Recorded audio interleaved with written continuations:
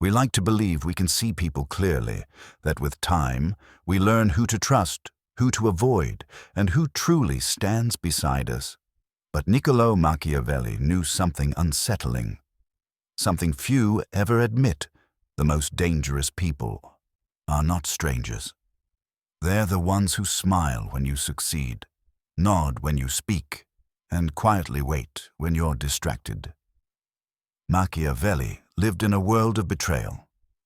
As a diplomat and political thinker during one of Italy's most violent centuries, he watched alliances crumble, friends turn into enemies, and rulers fall not by armies, but by the people they trusted most. He didn't write about power from theory. He wrote about it from survival. His message was not to become paranoid, but to become aware that danger rarely announces itself.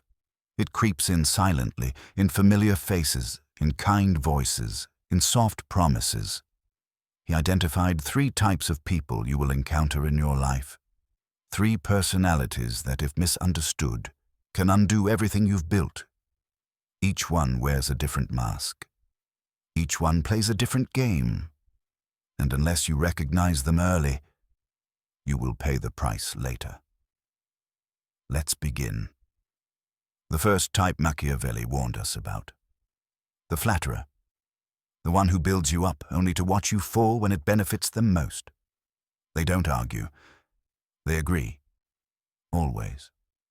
They tell you exactly what you want to hear, never what you need. They mirror your opinions, amplify your strengths, and shower you with praise that feels genuine. But Machiavelli saw through this illusion long ago. He knew that flattery is not affection. It's manipulation dressed in velvet.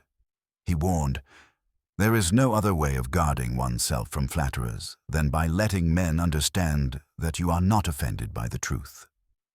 The flatterer doesn't attack. They disarm you with compliments. They weaken your sense of judgment with smiles. They feed your ego until it outgrows your self-awareness. And once that happens, they own you. Because when your identity depends on being admired, the one who controls the admiration controls you. Flatterers are not friends.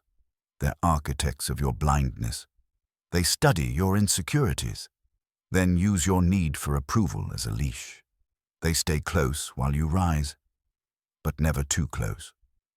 Close enough to benefit, far enough to abandon you the moment your shine fades, and worse, they replace truth with comfort. You begin to trust their words more than your doubts. You stop questioning yourself, and slowly you forget how to recognize reality without their applause. That's when you're at your most vulnerable.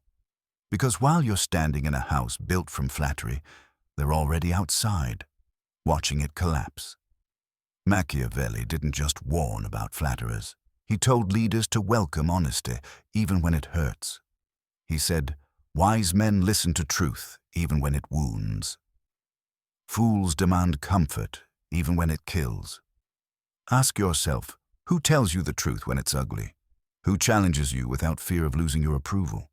That person is your ally. The rest, they're actors, and some are very good at their role. The second type is more subtle.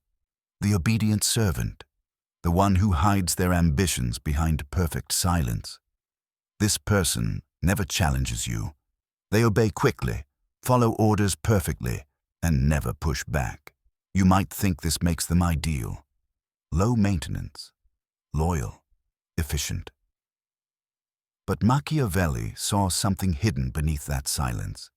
He observed that the most dangerous betrayal often comes not from those who resist you, but from those who never do. He wrote, the promise given was a necessity of the past. The word broken is a necessity of the present. The obedient servant is not truly loyal.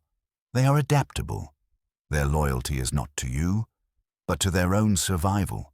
Their silence is not submission, it's observation. And when the tides shift, when you falter or expose weakness, they are not the ones standing by you. They are the first to align with your replacement, the first to rewrite history, the first to say they always had doubts. You see, Resistance often signals integrity. When someone disagrees with you, it means they have principles, but blind obedience, that's a warning.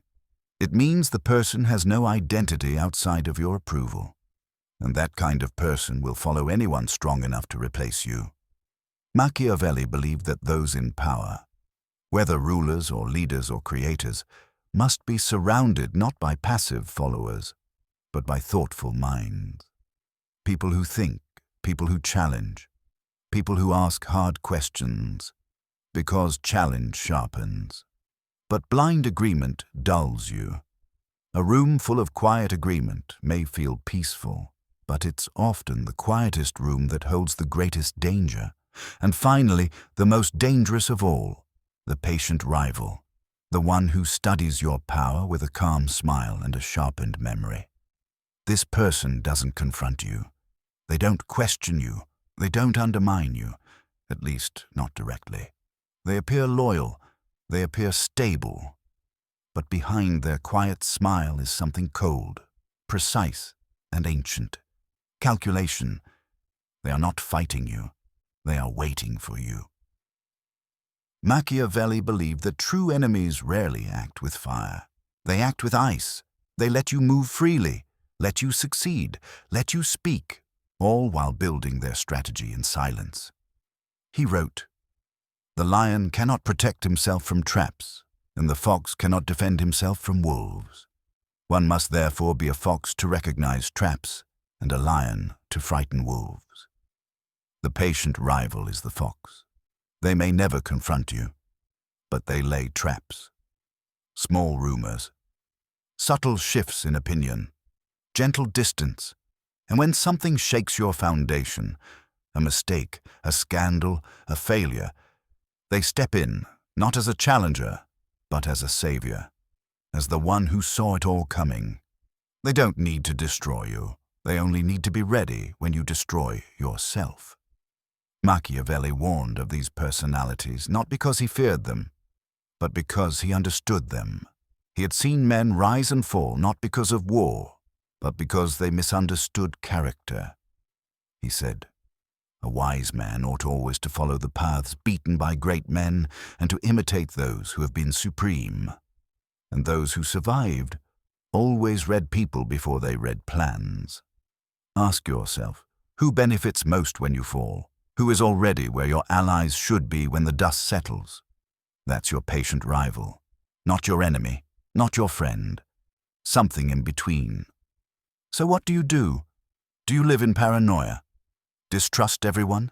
Withdraw completely?" Machiavelli's message was never fear. It was clarity.